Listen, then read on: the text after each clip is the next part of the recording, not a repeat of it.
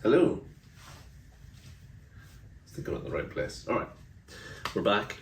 Say, lovely Thursday morning / afternoon, midday, and yeah, a couple of things on my mind. Mainly pipeline. I want to talk about that today, and very overview points. But there's a few things that are just coming up at the moment that are coming up too frequently not to address. Anything else in my mind? A lot can change in a week. And what I mean by that is, well, it's obvious what I mean. A lot can change in a week. Business-wise for me, even though there's been very few business hours conducted in the last week due to public holidays and various other reasons, but truthfully, last week we were in a place of uncertainty, maybe a bit of negativity, maybe a bit of frustration. This week we're in a place of a bit more clarity, confidence, and in general positivity, which is brilliant. I did say at the start of last week, here's a hurdle or a roadblock that's coming up, and it'll pass. Time is a healer for sure. But I know it's going to happen again in the future, and all I can do is be aware of that. But things compared to a week ago are in a good place, despite the fact not really much has changed. So I think that's an interesting point in itself. Not much has actually changed, but it feels much better. I don't really have much more to say on that. It's just an interesting one for me to move on from. Pipeline, interesting topic. I'm honestly not sure where to go with this. All I would say is the two things keep coming up. So I spend most of my weeks talking to agency owners. Pipeline is still the standout thing. So what does that say to me?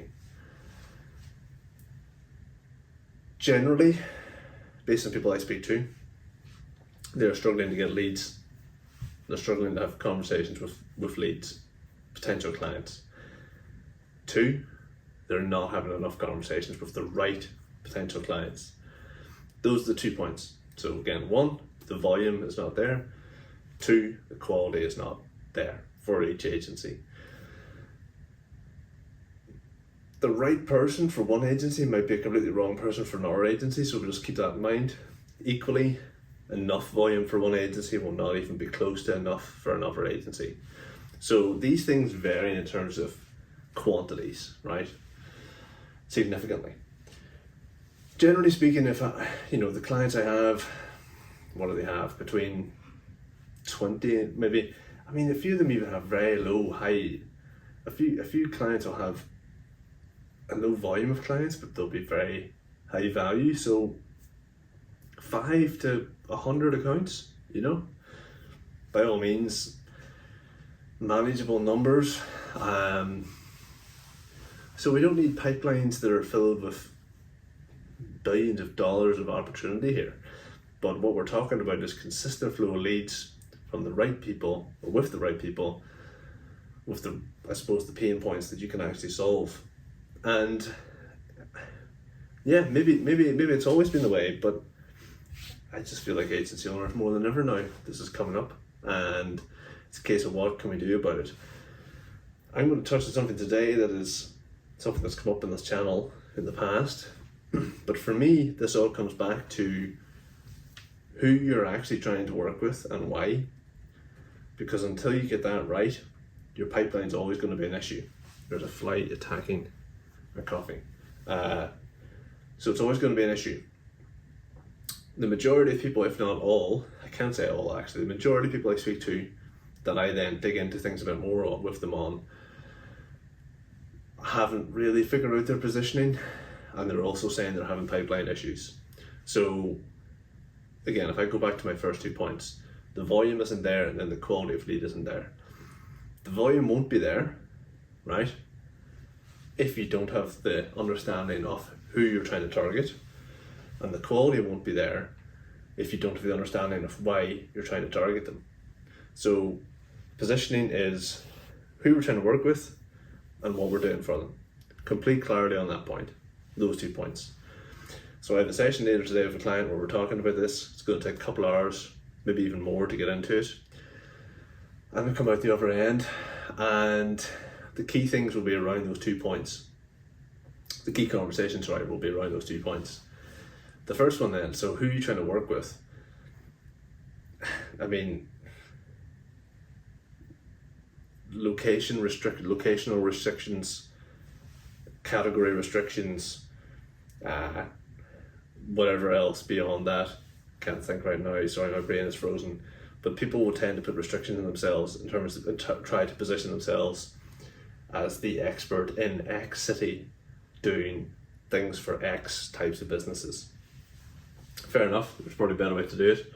There's a whole spiel on vertical and horizontal positioning that I'm not going to get into, but there's a lazy way to do positioning, I would say, in my opinion.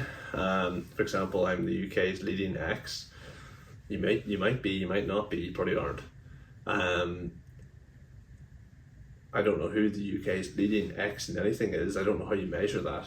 What I know is that there are plenty of people in the UK that will probably do what you're doing very well. And they might be positioning themselves differently, but might be working with more people that you think you should be working with. I suppose, where am I going with this? Sorry, it's a bit all over the place. The whole point about quality is simply that you might then find the right people, but when you speak to them, you might be trying to solve 10 other problems as opposed to 2. So what I'll hear quite often is, more so if you think about a full service agency compared to maybe a specialist one. So they'll find the right person, they'll have lots of problems, and this agency will try to solve 10 things to an okay standard.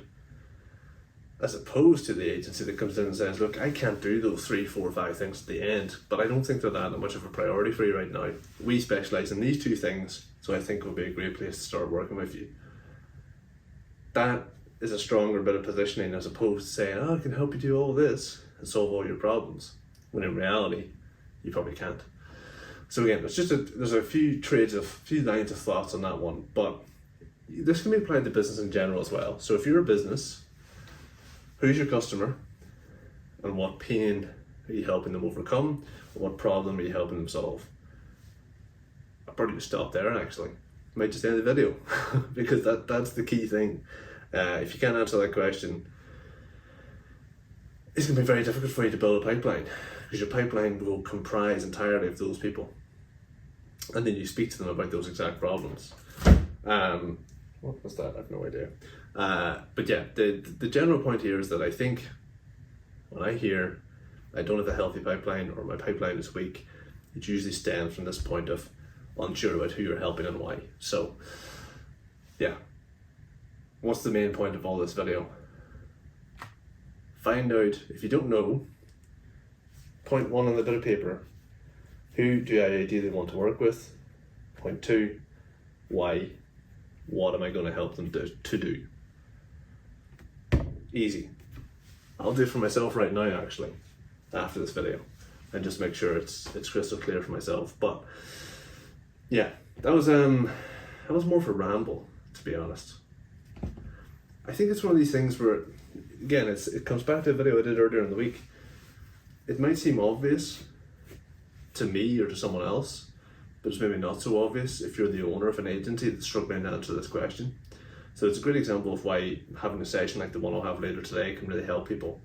But anyhow, see what comes up for you when you do that. I'd be curious. Maybe people are more clear on this than I think. Maybe it's not the core issue of why the pipeline is suffering, but I mean, obviously, if you know that and still don't do anything towards building your pipeline, you're not going to have a healthy pipeline anyhow. So there's a whole stream of actions off the back of this, but this is where it starts. And this is why I think it comes up so much. So yeah, hopefully that's helpful to at least one person. But anyway, that's probably enough for now. Back tomorrow with a look at, story part 5, I think it is.